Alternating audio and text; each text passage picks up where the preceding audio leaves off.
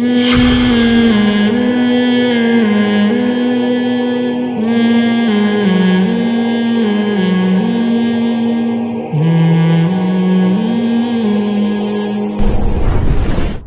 ابوالبابا صاحب نے کل تصویریں بھیجی نا مظلومین کی شام کی.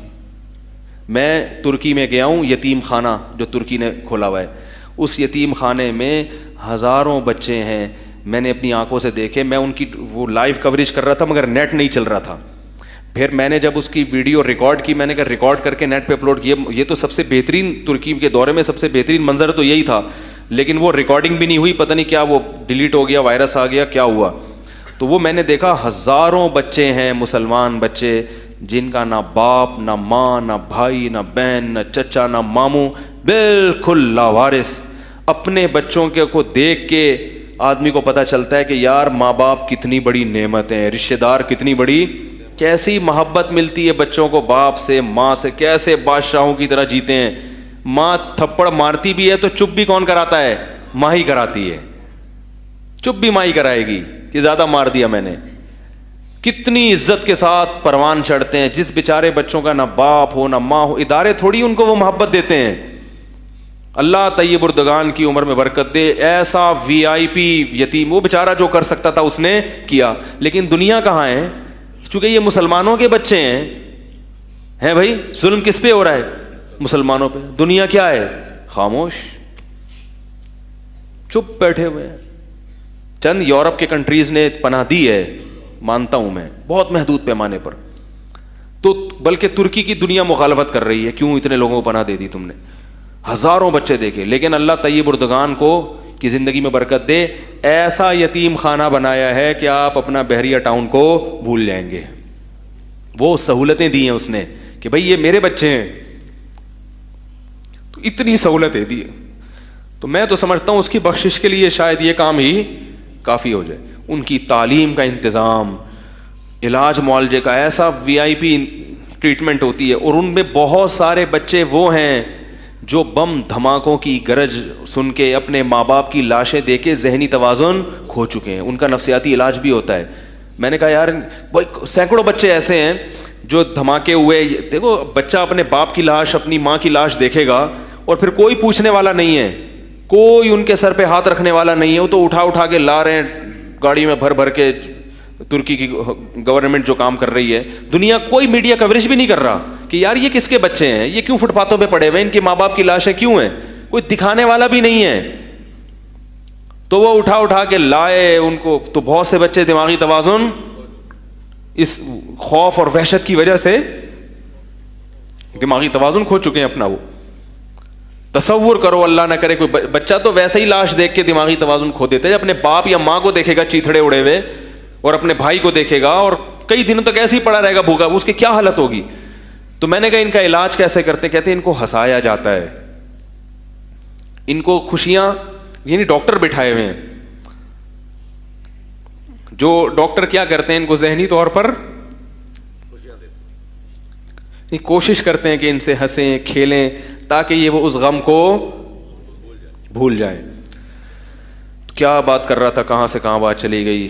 تو بھائی اللہ کا تصور نکال دو گے تو پھر انسان جس کی لاٹھی اس کی بھینس. اللہ کا خوف ہوگا تو پھر قرآن کیا کہتا ہے, فَأَمَّا الْيَتِيمَ فَلَا تَقْهَرْ, یتیم کو جھڑکو مت, جھڑکو بھی مت.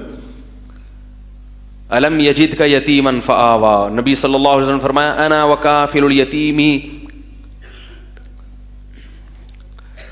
فرمایا انا وکافل الیتیم کذا فی الجنہ, میں اور یتیم کی کفالت کرنے والا جنت میں ایسے ہوں گے. اور جس کو لوگ معاذ اللہ جھوٹا نبی کہتے ہیں نا کہ محمد صلی اللہ علیہ وسلم کے ذاتی مفاد تھے, جو مذہب کے مخالف ہوتے کہیں گے انہوں نے معاذ اللہ دکانداری, اس نبی نے صرف اتنا کہا نہیں بلکہ اس پر عمل کر کے دکھایا. ام سلمہ سے نکاح کیا اور ان کے یتیم بچوں کی کفالت کی. اور وہ ایسے یتیم بچے جو بڑے ہونے کے بعد, جوان ہونے کے بعد صحابہ کو تابعین کو حدیثیں سناتے تھے کہ ہم نبی کی گود میں پل بڑھ کے جوان ہوئے ہیں, نبی کی گود میں, نبی کی گود میں. اور ایسا صحابہ کو یتیم بچوں کی کفالت پہ ڈالا محمد صلی اللہ علیہ وسلم نے کہ قرآن کے الفاظ دیکھو، وَرَبَائِبُكُمُ اللَّاتِي فِي حُجُورِكُم مِّن نِّسَائِكُمُ اللَّاتِي دَخَلْتُم بِهِنَّ. میں اس آیت پہ بڑا حیران ہوتا تھا، اس آیت کا مطلب کیا ہے؟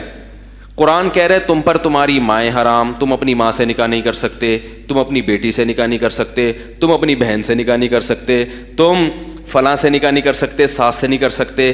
سوتیلی بیٹی کا جب ذکر آیا نا تو قرآن کہہ رہا ہے سوتیلی بیٹی جو تمہاری گود میں پلتی ہے اس سے بھی نکاح نہیں کر سکتے.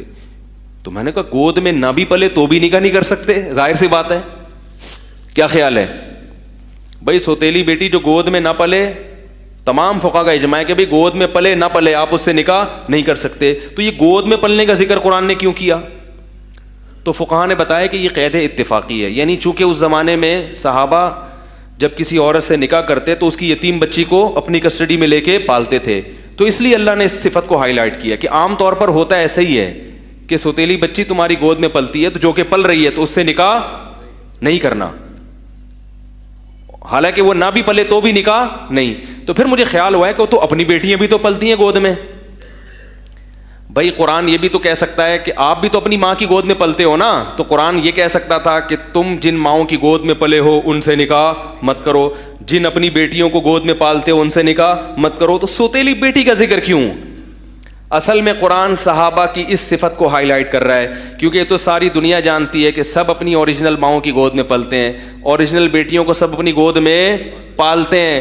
معاملہ آتا ہے سوتیلی بیٹی کا، اس کی ماں سے کوئی نکاح نہیں کرتا اس بیس پر کہ بچے نہ کم بخت کہیں لے آئے، ٹھیک ہے نا، ساری زندگی رلتی ہیں اس بیس پر کہ یہ بیوہ ہے ہم نہیں نکاح کریں گے. تو قرآن نے بتایا کہ صحابہ بیوہ سے نکاح بھی کرتے تھے اور اس کی یتیم بچیوں کو گود میں پالتے بھی تھے. تو اس صفت کو قیامت تک باقی رکھنے کے لیے قرآن نے اس کو اللہ کے کلام کا جز بنا دیا.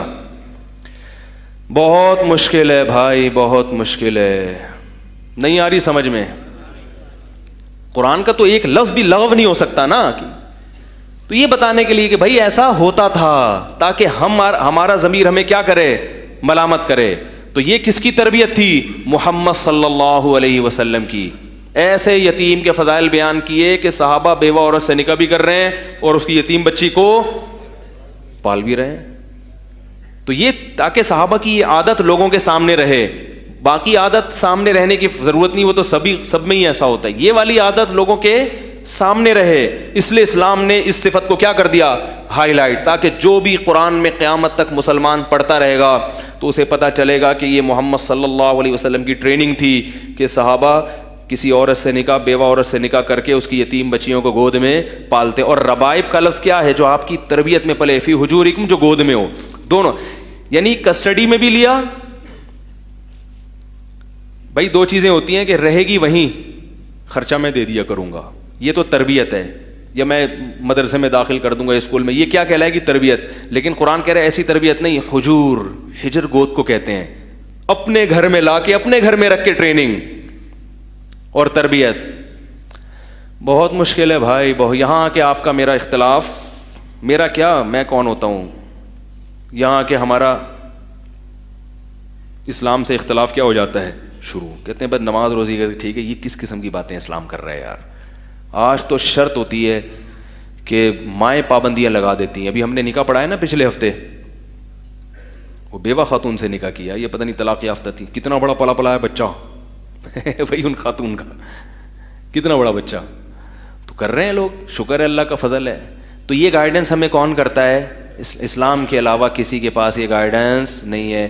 جو اللہ کے وجود کے منکر ہیں وہ تو کنواری سے نکاح کرنے کے لیے تیار نہیں ہے. وہ کہہ رہے ہیں ٹینشن ہے، کام نکالو، پیسے پکڑاؤ، پتلی گلی سے نکل لو. بچے وہ کہہ رہے ہیں اپنے نہیں پیدا کرو. فیملی پلاننگ اسلام سے نہیں آیا، یہودیوں سے آیا ہے.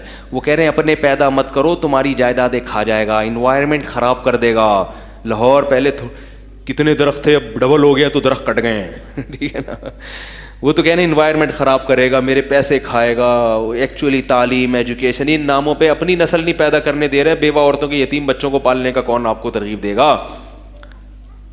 تو یہ سب چیزیں اگر مذہب نہ ہو تو آپ کو گائیڈنس، بولو بھائی، نہیں ملے گی. سب درندے بن جائیں گے انسان.